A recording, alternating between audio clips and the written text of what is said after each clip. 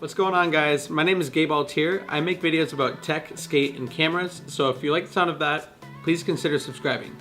So I've been using the Sony a6500 for a little while now, and it's dawned on me today that I haven't taken advantage of time-lapse on this camera. And actually part of the reason for that is it doesn't exist. It's not on this camera. Sony actually makes you pay $10 for it on their app store. Yes, Sony has their own app store. I've actually known for quite a while that there is a free version that somebody made that's actually arguably better than the one Sony offers, but I haven't really bothered to try it until today. So I was gonna shoot a video today that involved a time lapse, but having never actually shot a time lapse before, I figured I'd learn how to do it on this camera, get it installed, and teach you guys in the process. So I left a link to the GitHub page in the description, and then from there, you're gonna have to choose whichever link depending on if you use Mac or Windows. So once you have that downloaded, open it up, and then fire up your a6500, go to your USB connection settings, and then set it to MTP mode.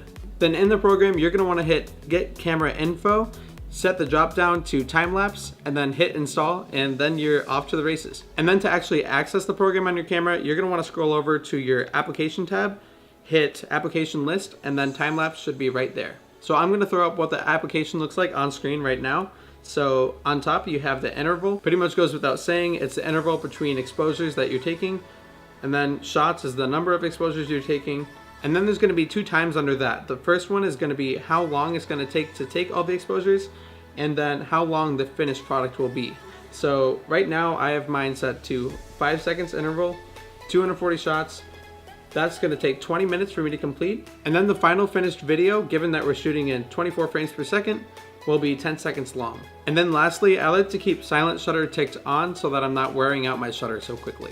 So to test this out, I took a 10-second time lapse of the view outside the window of this apartment, and my settings were a 2-second exposure for some good motion blur, an aperture of f4, and ISO 100. So those are my settings, and this is the time lapse I got.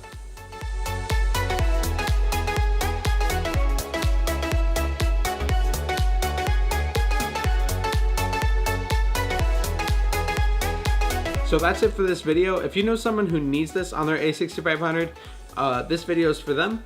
If you liked the video, please feel free to drop a like, subscribe if you're interested, and I'll see you tomorrow for Vlogmas Day 12.